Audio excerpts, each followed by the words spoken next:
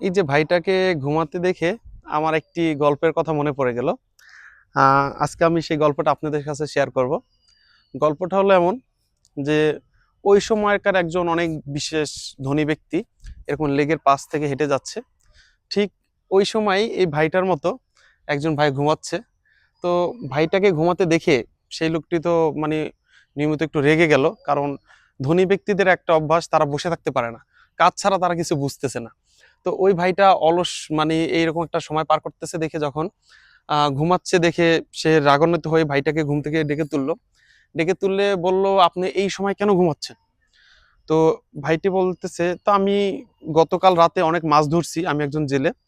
তো এত বেশি মাছ পেয়েছি যে আগামী 3 দিন আমার আর মাছ ধরার প্রয়োজন নেই। তো বলল, বেশ ভালো কথা, আপনি এখন আবার মাছ ধরুন। তো বলতেছে, আমি এত মাছ দিয়ে কি করব? তখন সেই ভাইটি বলতেছে যে, ধনী ব্যক্তিটি, যে আপনি মাছ ধরুন, দেন আরো বেশি টাকা সঞ্চয় করুন। সঞ্চয় করে তখন আপনাকে তো আর এভাবে বড়শি দিয়ে মাছ ধরতে হবে না। তো সেই ভাইটির কথা হলো যে, ঠিক আছে, আমি বড়শি দিয়ে না হয় আরো অনেক বেশি মাছ ধরতে পারবো, কিন্তু তারপর আমার কি হবে? তখন সেই ধনী ব্যক্তিটি এমনভাবে বুঝাচ্ছে যে, আপনি তখন একটা বোট কিনবেন, নৌকায় করে আপনি আরো একটু দূরে গিয়ে আরো বেশি মাছ ধরতে পারবেন। তো এট দ্য টাইমে এসে বলতেছে, ঠিক আছে, আমি আরো বেশি মাছ ধরবো, দেন তারপর কি হবে? তো সেই ব্যক্তিটি বলতেছে যে, আপনি যখন আরো বেশি মাছ পাবেন, তখন আপনি বড় ট্রলার কিনবেন, তখন গভীর সমুদ্রে যাবেন, তখন অনেক বেশি মাছ ধরতে পারবেন। তো এভাবে আপনার একটা ট্রলার থেকে দেখা যায় যে আরো 2টা 3টা অনেকগুলো হয়ে যাবে। এট দ্য টাইমে দেখা যায় যে আপনি এরকমের মানে স্বল্প আয়ের ভিতর না, আপনি অনেক বেশি আয় করতে পারবেন।